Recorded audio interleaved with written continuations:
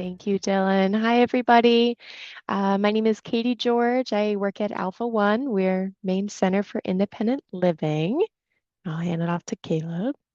Hey, I'm Caleb Jones. I work with Alpha One as well. I'm a licensed occupational therapist, work as an independent living specialist with Alpha One.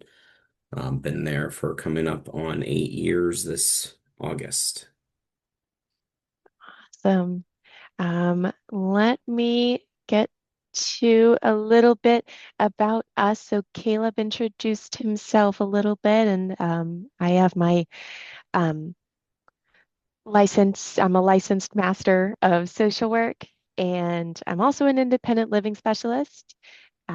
I've worked at Alpha One for just over 3 years now, and I work in the care coordination program, youth transition, and our peer support program as well. So today's agenda, we're going to um, talk about some general information, such as who we are, our core services as a Center for Independent Living. You'll see that I abbreviated Center for Independent Living as CIL or a SIL. You'll hear me say that a couple of times today. Um, so we'll go over our core services as a SIL and additional services we offer, and we will also shift our focus to services that are for youth, including our youth transition program, scholarships, which the due date is coming up on April 1st, and we'll go into the application process on that too. We'll also talk about adaptive driver evaluation and our peer support program. So, who are we? We are Maine Center for Independent Living. Um, we empower individuals with disabilities to live independently and take control over their lives and environments. We promote independent living and help people stay in their homes with our wide variety of services that we will start to discuss in just a moment. If our services and programs can't solve all the barriers at hand, we're able to connect consumers with funding sources or other programs that allow them to live independently. We also advocate for consumer services as well as access and change within society throughout the state of Maine. We cover all 16 counties with our services. So you may have just heard me use the term consumer. At SILS, the term consumer is used to empower people with disabilities since it emphasizes that they are in control of their own lives and decisions rather than passive recipients of services that the terms client or patient can infer. It moves away from the traditional medical model and brings us to a consumer-driven model where individuals direct their own care and services.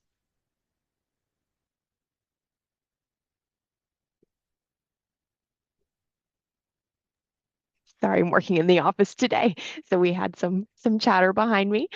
So our founder, Stephen Charles Tremblay, left his home in Waterville, Maine to head off for college and sustained a spinal cord injury.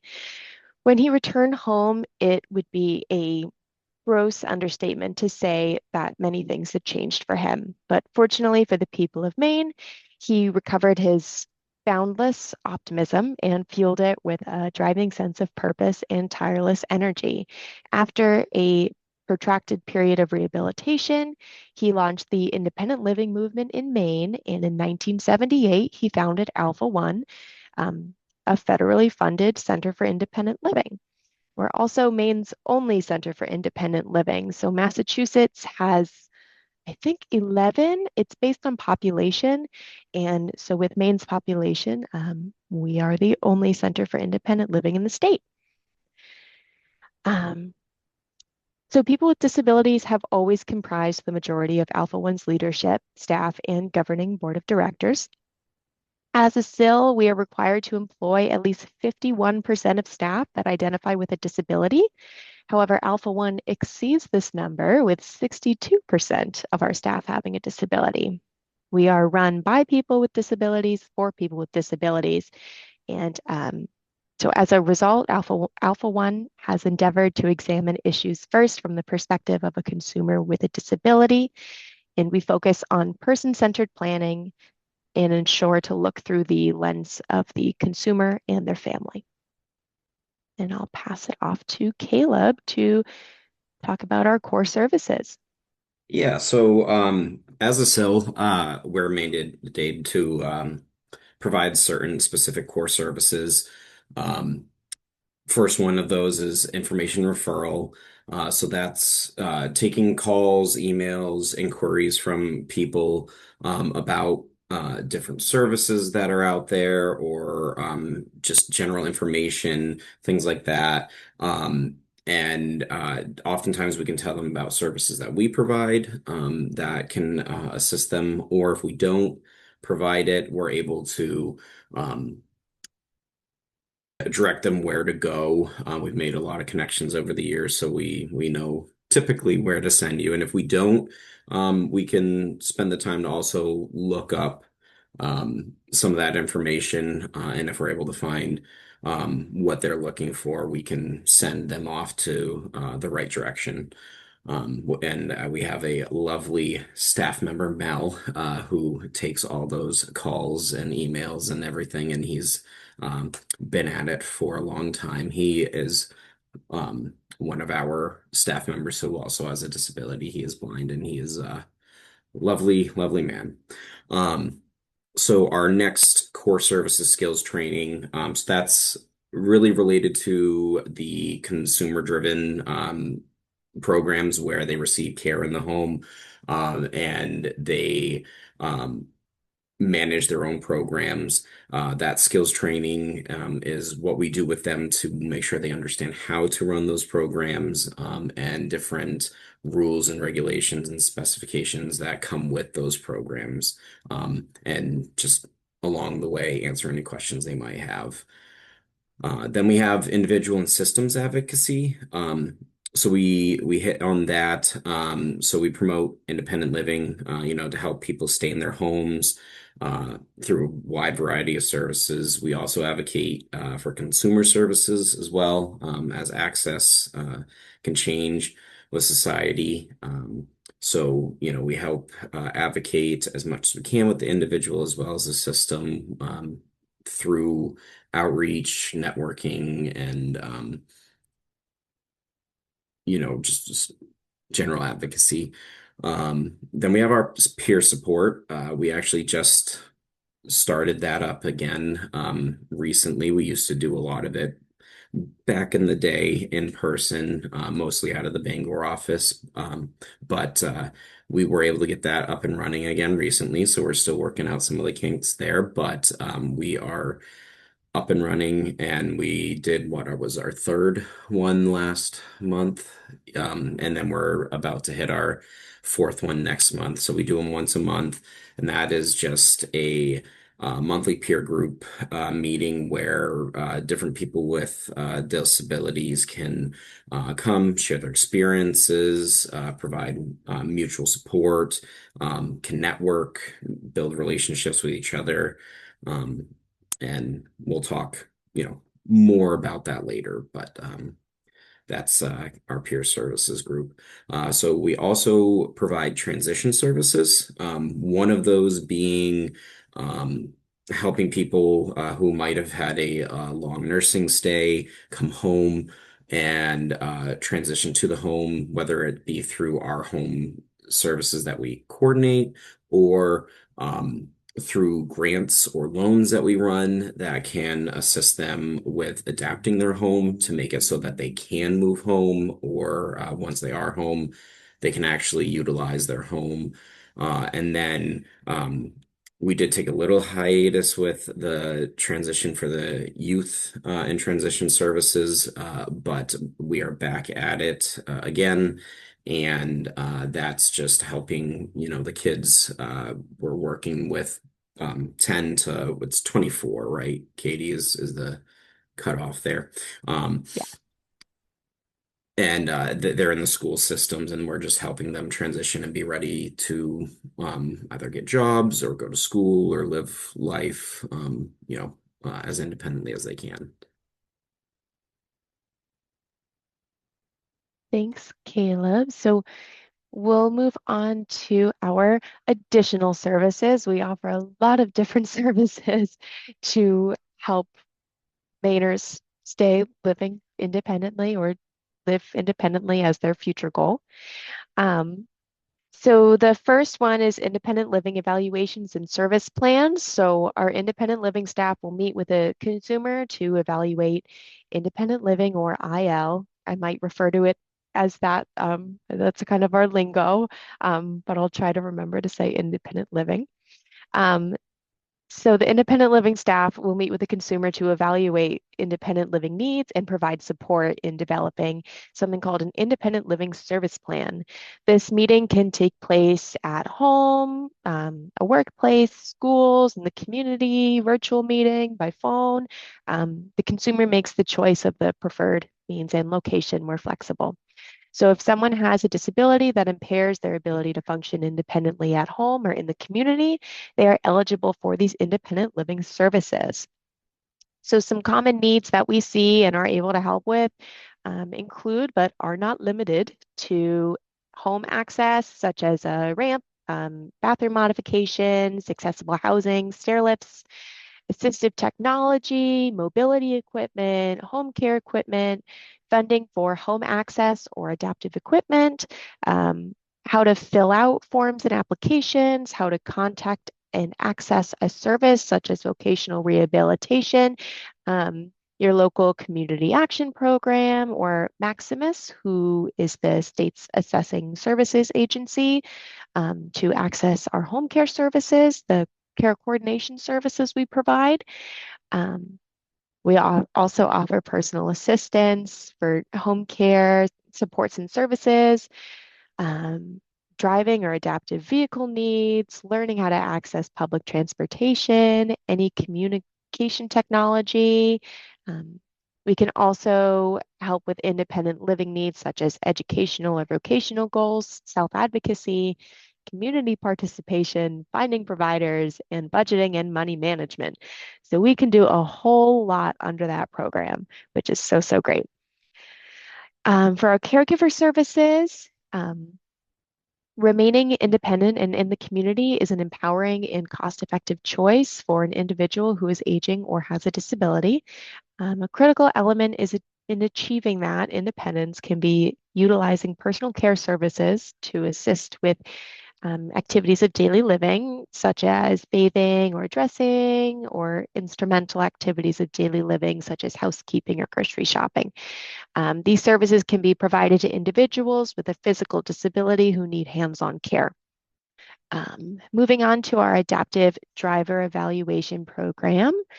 Um, Personal transportation is key to independence. So our driver evaluation program is designed to help people either resume driving following onset of a disability or to help young adults with disabilities start driving. And we'll discuss more about this service later in our presentation. Caleb's going to be talking to you about that because he is one of our adaptive driving evaluators. Um, Moving on to scholarships that we'll talk about today as well. So I won't go too much in depth here because we're going to talk about this on our next slide. But we have our Powering Education Scholarship and the Derek O'Brien Memorial Scholarship. So, our Powering Education Scholarship was established to assist people with disabilities who wish to pursue post secondary education. And this year we have added on an additional scholarship for one of our board members who passed in 2025. His name was Derek O'Brien. And I'll talk a little bit more about these on the next slide. We also offer loans and grants. So we offer different avenues to obtain assistive technology or environmental modifications through these grants. So examples of what consumers have utilized the funding for includes ramps, walk-in showers, adaptive vehicles, power wheelchairs, and more. We also have accessibility consulting. So this includes working with owners of businesses, design professionals, civic groups, and the general public to improve communities for everyone with our in-house architect. And Caleb and I actually had the pleasure of joining our in-house architect a few years ago when she was reviewing Bowdoin College for ADA standards. And it was a really eye-opening experience. She does great work. And lastly, we have services in agriculture. So the Maine Agribility Project is dedicated to helping farmers, fishermen, and forest workers work safely and more productively. So we offer education for agricultural workers whose lifestyle and business have been impacted by a disability. Um, Alpha One staff bring an understanding of disability and function, knowledge of adaptive equipment, funding options, and farming experience. And let's move on to our next slide. I'll give it over to Caleb. Yes. So, our youth and transition program is just kind of, like I said, in the earlier stages. We had a little hiatus. We were working before the pandemic with them, and we are just getting up and running again with that. We partner with the P2P grant, and we're in multiple different schools for that. And we are running our own as well. And we're with the Portland High School for our own. We're there once a week, discuss independent living skills with the kids, and change topic about twice a month. We have a couple sessions usually for each topic, and we tailor it to their needs so we have a broad range of things we can discuss and go over, and we use their teacher typically to help guide us with what they really need for curriculum. Um, so, like I said, we're also working with the P2P grant. That's the Pathways to Partnerships grant. Said it right. I always mix that up, but I said it right this time. We so with that one, um, we've been consistently going up to the Troy Howard Middle School and the Belfast area high school. So Troy Howard's in Belfast is just one of their middle schools there. Um, and we collaborate with them. And many different offices, Voc Rehab, Department of Education, Maine Benefits Counseling, Maine Parent Federation, um, to go to these different schools in the P2P grant. And we've done quite a few different one-off days. We've been up to Jackman, Holton. We're going up to Medway Friday, Skank, Stearns. We're all over the place. We're starting to really kind of boom with the P2P grant. Um, but we are uh, able to work one-on-one with consumers, parents, teachers, and their team to help with their transition needs. Um, Before the pandemic, we worked with Folk Rehab, and we were working as we called it PREETs, the pre-employment transition services in schools. Um, we had many webinars on VR's website. Um, and then for the scholarships, we have two different scholarships, as you said before. The Powering Education Scholarship. This is awarded to the Maine student with a disability who wishes to pursue further education and training after high school. The scholarship has three winners each year. It's $5,000. And then um, the Derek O'Brien Memorial Scholarship is also $5,000. This is new this year. This scholarship honors Derek O'Brien's memory. He was on our board for quite some time, friends with many of us.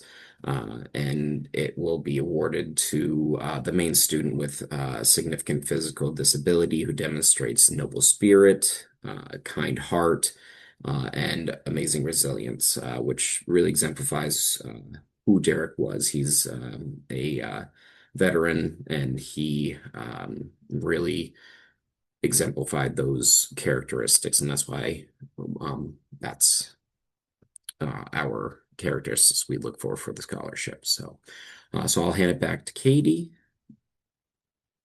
Thanks, Caleb. All right, so let's go a little bit more in depth about the scholarship process. As I said, the due date is fastly approaching. It is April 1st. And there are many different ways that people can apply, and we'll go over that in just a second. Let's talk about eligibility. So, students are able to apply or anyone, if they were a student at a Maine high school, they're able to apply for post-secondary education. Um, so the student or individual has to identify as someone with a disability. They have to be a current student or a past graduate of a high school within the state of Maine. They have to have a B average or equivalent GPA, and they have to have received an acceptance letter from a post-secondary institution. And noted at the bottom, disability for purposes of this scholarship opportunity means a physical, mental, cognitive, or sensory impairment that adversely impacts a person's ability to function independently in the family or community.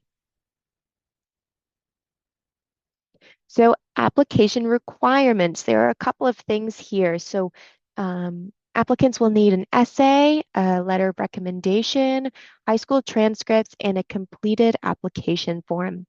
So the essay is a 500 to 1,000 word personal essay stating how their disability has helped shape their view of the world and themselves as a person. The letter of recommendation should be from a teacher, guidance counselor, administrator, coach, or a clergy member. There's also high school transcripts, so we'll need an unofficial copy of your current high school transcript, or if you have already graduated, um, then just a copy of it from before when you were attending high school. And the completed application form, which is available on our website page. You can either print it and write on it clearly, and you can also type it. And how do I submit the application? There are a couple different ways. So you can mail, email, or fax. So if you're going to mail it, the envelopes must be post dated no later than April 1st of 2026. And you can mail it to Alpha One, P.O. Box 1870 in Portland, Maine, 04104. If you want to send it by email, that is okay too. And you can send it directly to Marty Way at Marty at alphaonenow.org. And you can also fax it to our fax number, which is 207-799-8346. And fax cover letters must be dated no later than April 1st, 2026. So if I haven't said it enough, the 2026 deadline for the scholarship is April 1st. So the completed application and accompanying documents are required by that date. And Alpha One will contact the winners about 4 weeks after April 1st, 2026. So you're looking at early May. And I'm going to hand it off to Caleb to talk about the adaptive driver evaluation. Awesome. So, yeah, so I am one of the adaptive driver evaluators. So a few different things about it. So, who conducts the evaluations? It's one of us. So, either me, my coworkers, Julie, Ketchum, and Christina is getting set up. She'll be there soon. Um, it will take place at our office and on the road, but it's typically lasts about 3 to 4 hours.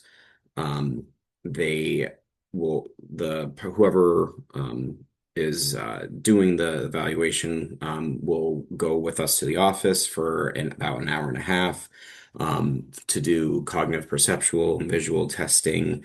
So we'll have our little office where we do all of that.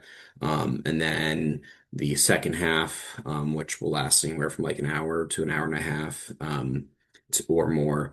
Um, we go down to our vehicle and we start with a passenger activity, which is where I or my fellow coworkers are driving, and we have the person in the passenger seat. They um, have their own rear view mirror so they can look out the back. And we ask them to call out different things to us that you would typically need to be aware of when driving, like whether, if we're stopping, if there's a car behind us or not, whether there's roads coming up, what the color of traffic light is, what the speed limit is, things like that, and adding them all together and progressing as we go through to make sure that they can handle a different, increased cognitive load and a very stimulating environment.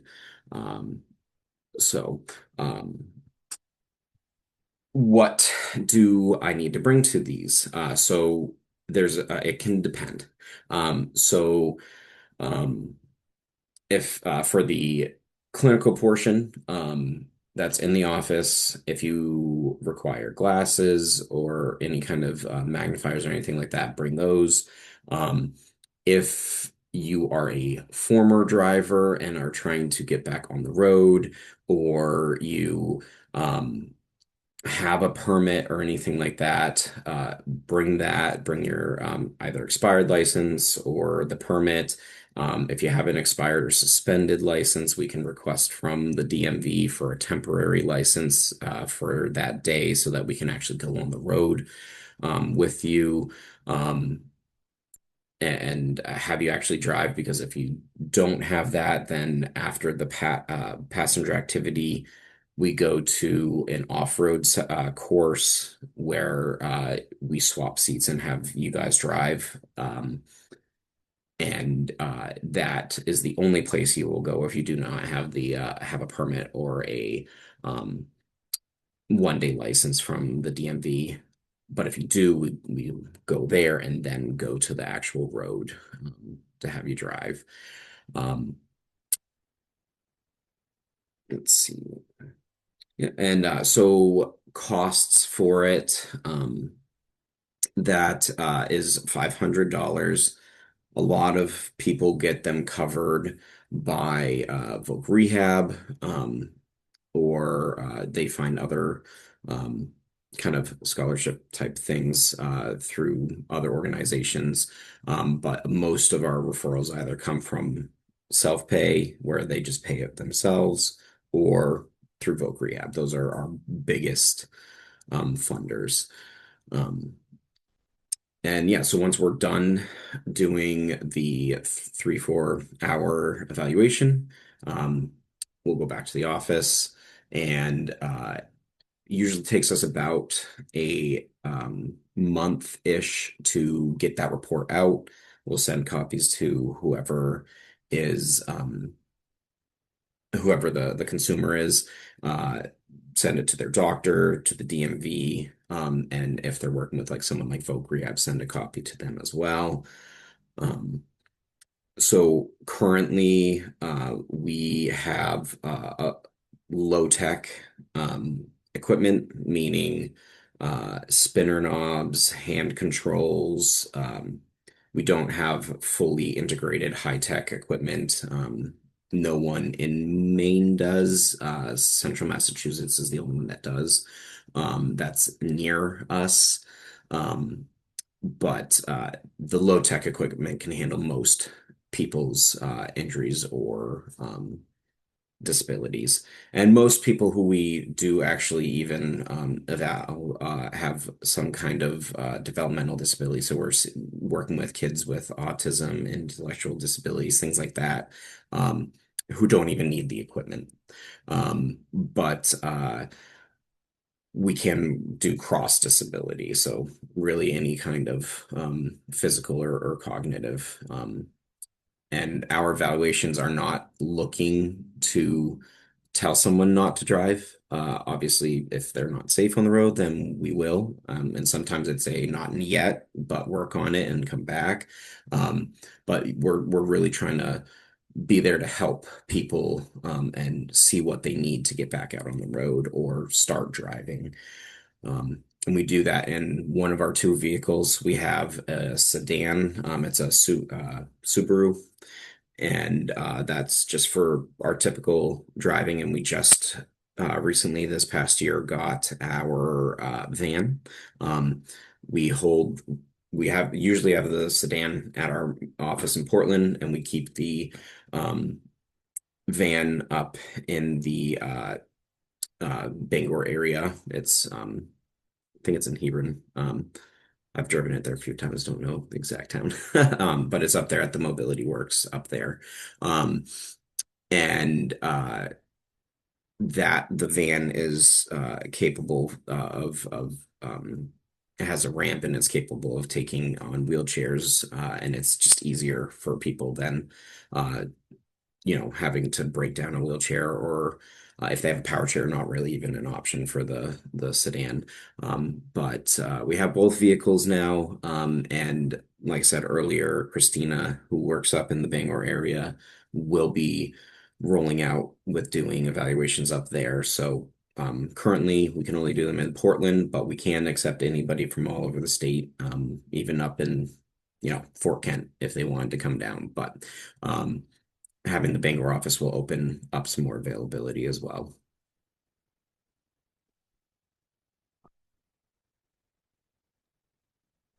Caleb, I can talk about peer support if you want, because I know that that was a whole lot of talking.